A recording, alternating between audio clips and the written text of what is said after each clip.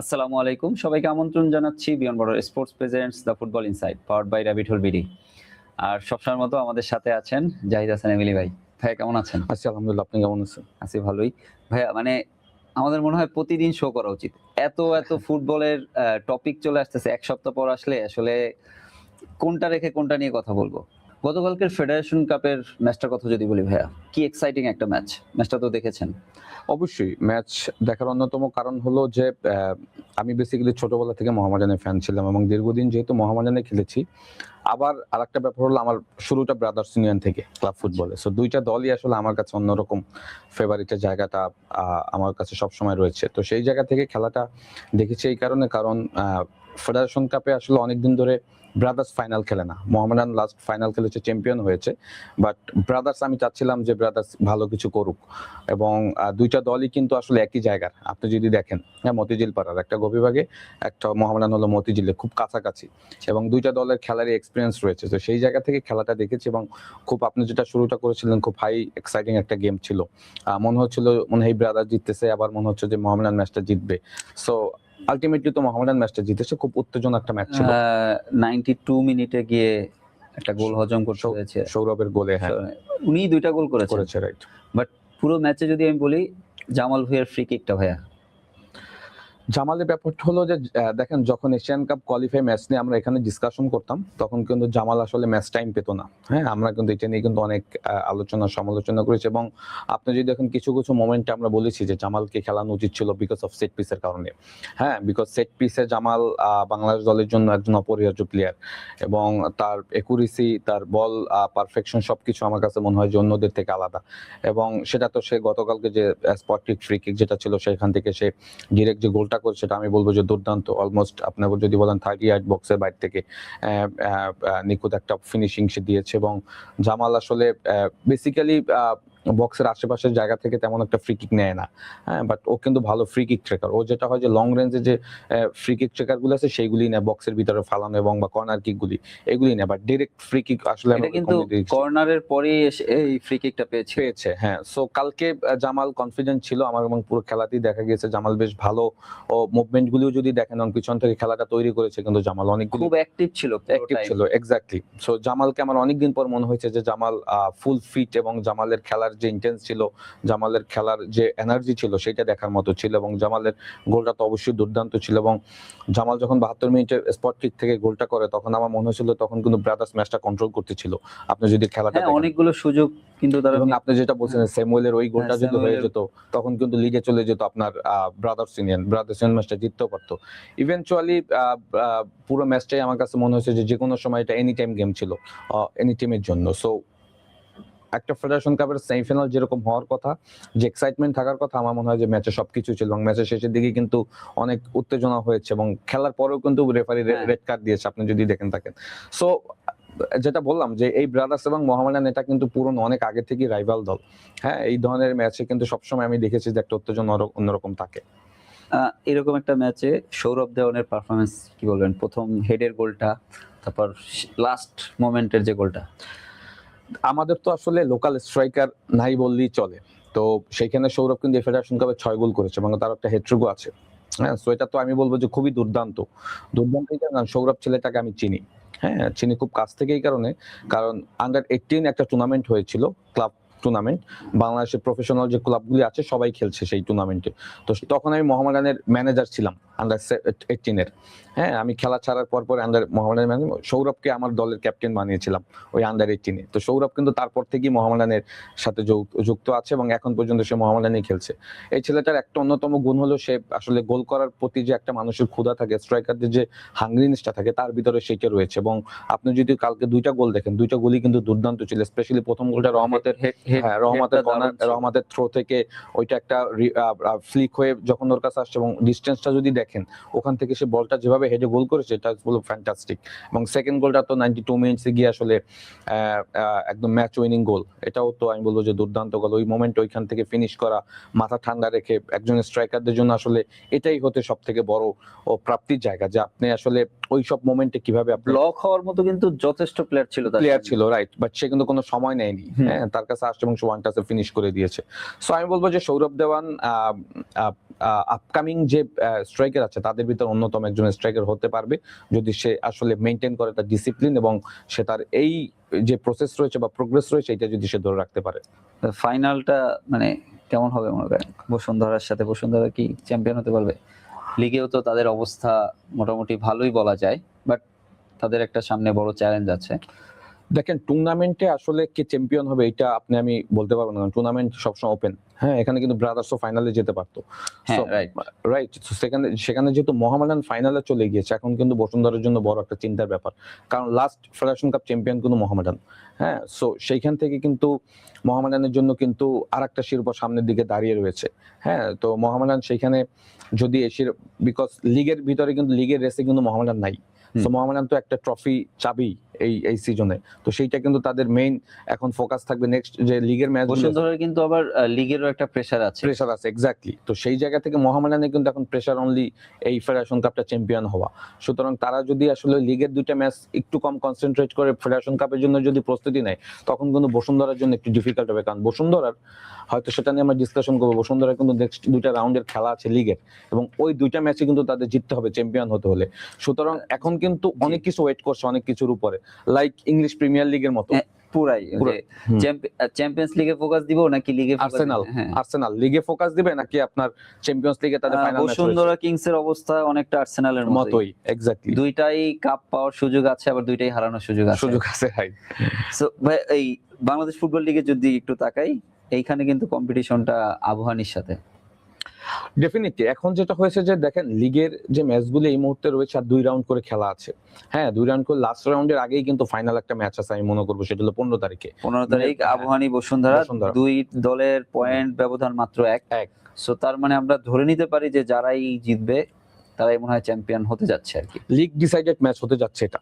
হ্যাঁ, আমি যদি ভুল না করে থাকি, কারণ এই ম্যাচটা যারা জিতবে পরবর্তী যে রাউন্ড আছে তাদের অপোনেন্ট যদি দেখেন তুলনামূলক বসুন্ধরা আরামবাগের সাথে খেলবে আবহানি, আর ফকিরাপুলের সাথে খেলবে বসুন্ধরা কিংস। তুলনামূলক কিন্তু ওই দুইটা ম্যাচ ইজি রয়েছে, বাট এখন যদি লিগ ডিসাইডেড ম্যাচ বলেন, আমি বলবো যে 15ই মে যে ম্যাচটা রয়েছে বসুন্ধরা এবং ঢাকা আবাহনী, এটা হলো লিগ ডিসাইডেড। যে জিতবে সেই এখানে চ্যাম্পিয়ন হবে। আবার ড্র হলে আবার কিছুটা ক্যালকুলেশন তখন থেকে যাবে। তখন কি ফর্টিস এর জন্য একটু সুযোগ তৈরি, তখন ওই যে লাস্ট ম্যাচ পর্যন্ত ওয়েট করতে হবে। ফর্টিস যদি ব্যাক টু ব্যাক যে দুইটা ম্যাচ আছে সেই ম্যাচগুলি যদি জিতে, ফর্টিসেরও কিন্তু চান্স হয়ে যাবে।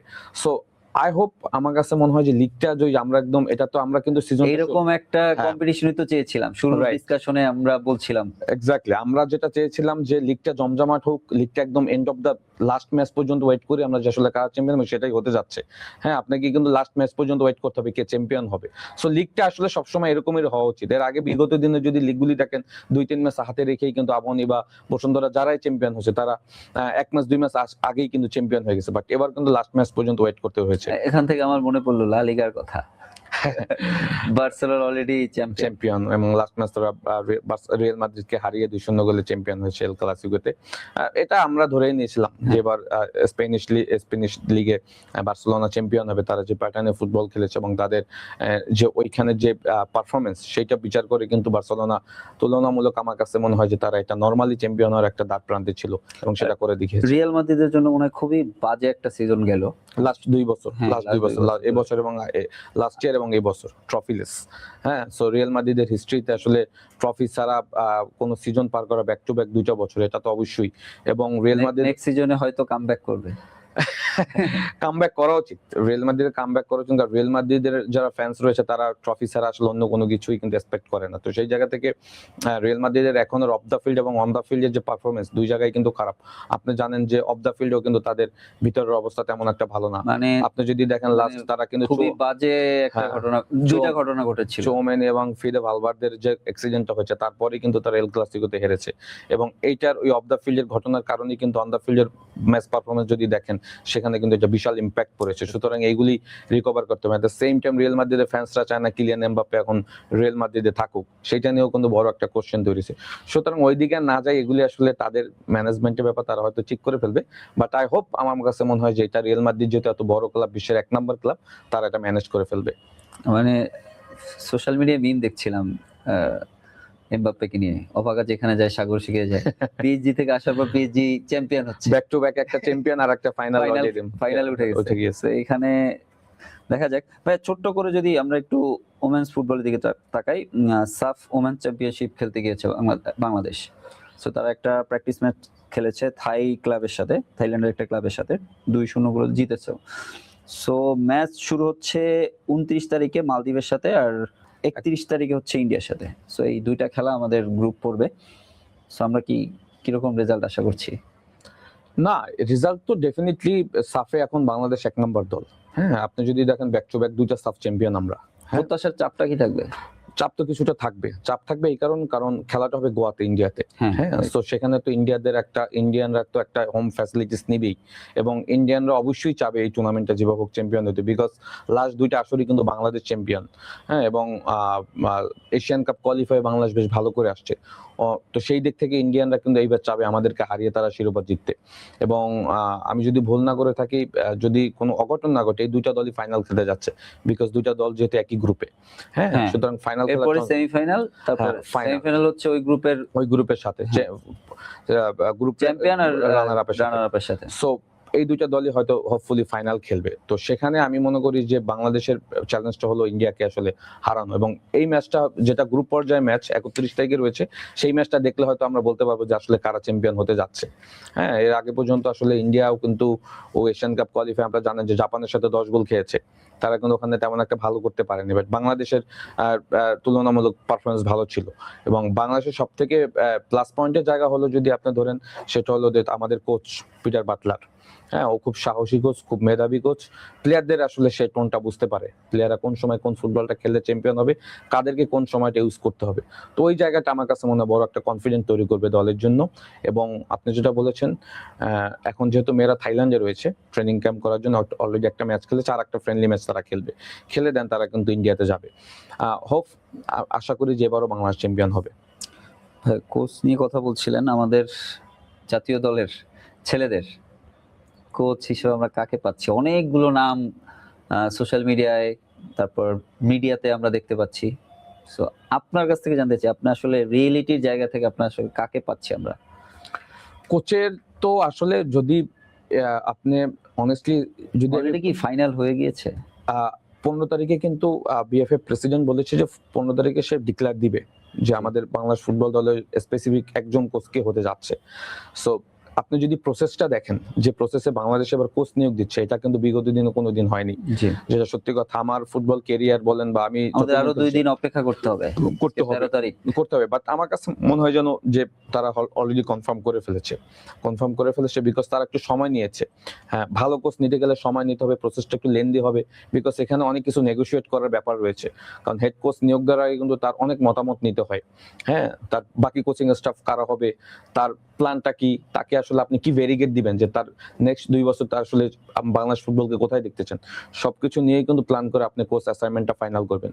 তো সেই জায়গা থেকে একটু হয়তো লেন্দি হয়েছে, বাট এটা আমি দোষের কিছু দেখছি না। আমি মনে করি ভালো কোচ নিতে গেলে আপনি সময় নিয়ে যদি একজন ভালো কোচ নিতে পারেন, হ্যাঁ, বিকজ লাস্ট 4 বছর তো আমাদের এক্সপিরিয়েন্স তেমন ভালো ছিল না কাবরেরার আন্ডারে।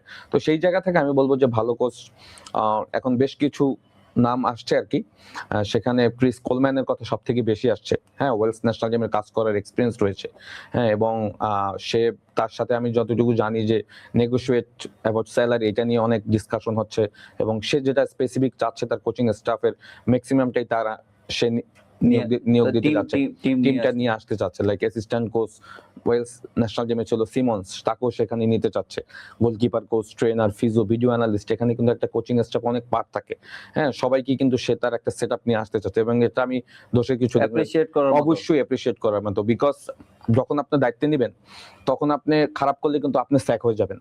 হ্যাঁ, ম্যানেজমেন্ট বা প্লেয়ার কেউ স্যাক হবে না। সুতরাং তার দায়িত্বটা সে নিবে, যে তো তার মতো করে কিন্তু সে দলটা পরিচালনা করতে হবে। সেইখানে হয়তো আমি সবার উপরে যে আমি সোশ্যাল মিডিয়া বলেন বা বিএফএফ এর জায়গা থেকে বলেন, সব জায়গায় দেখছি ক্রিস কোলম্যানের নামটাই বেশি আসছে অ্যাজ এ বাংলাদেশের হেড কোচ হিসেবে নিয়োগের জায়গা থেকে। এবং আরেকজন হলো কনসেসাও, সেও খুব ভালো হাই প্রোফাইল কোচ, তার নামও আসছে। বাট এখন যেটা হলো যে এখানে কিন্তু অনেক কিছু রেজার্ভে কনসিডারেশনে নিতে হবে, লাইক স্যালারি ইস্যু আছে, তার ফ্যাসিলিটিস ইস্যু আছে, তার ওই যে বাকি কোচিং স্টাফদের স্যালারি সবকিছু মিলিয়ে কিন্তু একটা আমাদের তো অবশ্যই লিমিটেশনস আছে। আছে। হ্যাঁ, তো এইটা নিয়ে কিন্তু এবং বাংলাদেশ ফুটবল ফেডারেশনের প্রেসিডেন্টও কিন্তু বলেছে যে বাজেট তো ডেফিনেটলি আমরা কনসিডারেশনে রাখবো, তারপরে ভালো কোচ নিতে গেলে আমাদের এই ধরনের বাজেট নিয়ে নামতে হবে এবং সেটা বিএফএফ অ্যাভেলও করতে পারবে এবং তাদের সেই ক্যাপাবিলিটি নাকি আছে।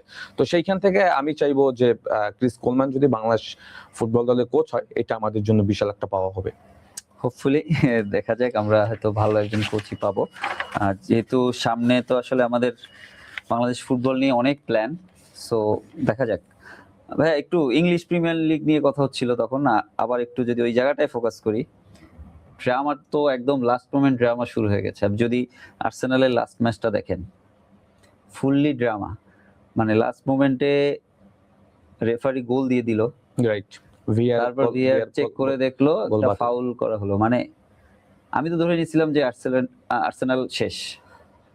আপনি ধরে নিয়েছিলেন, আমিও ধরে নিয়েছিলাম যখন গোলটা কনসিড করেছে ওয়েস্ট হাম, যখন গোলটা দিয়ে দিয়েছিল। ওয়েস্ট হাম ইউনাইটেডের জন্য ম্যাচটা খুব ইম্পর্টেন্ট ছিল, কারণ ওয়েস্ট হাম অলরেডি রেলিগেটেড, ওরা কিন্তু দারুণ খেলেছে। দারুণ করেছে, 18 নম্বর দল, এবং টটেনহাম হটস্পার কিন্তু আপনার লাস্ট ম্যাচ ড্র করাতে কিন্তু তারা এখন 17 নম্বরে চলে গেছে। সো 18, 19 এবং 20 এই তিনটা দল কিন্তু আপনার রেলিগেটেড হয়ে যাবে, তিনটা দল।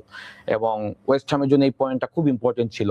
হ্যাঁ, সো ওয়েস্ট হাম যখন আসলে এক্সট্রা টাইমে গোলটা দিয়েছিল, ওরা কিন্তু ওদের উচ্ছ্বাসের জায়গাটা যদি দেখেন, মানে দুর্দান্ত ছিল। ওরা মনে করছে যে ওরা 1 পয়েন্ট পেয়ে গেছে এবং আর্সেনাল চ্যাম্পিয়ন দলের সাথে। এবং আর্সেনালের যদি সমর্থক বা মিকেল আর্টেটার অবস্থা দেখেন, যখন গোলটা কনসিড করে, তখন ওই যে আগের বছরগুলির কথা একদম আমি রিকল করছিলাম, রিমাইন্ড করছিলাম যে আর্সেনাল আবার লিগ শিরোপা কি হারিয়ে ফেলে কিনা।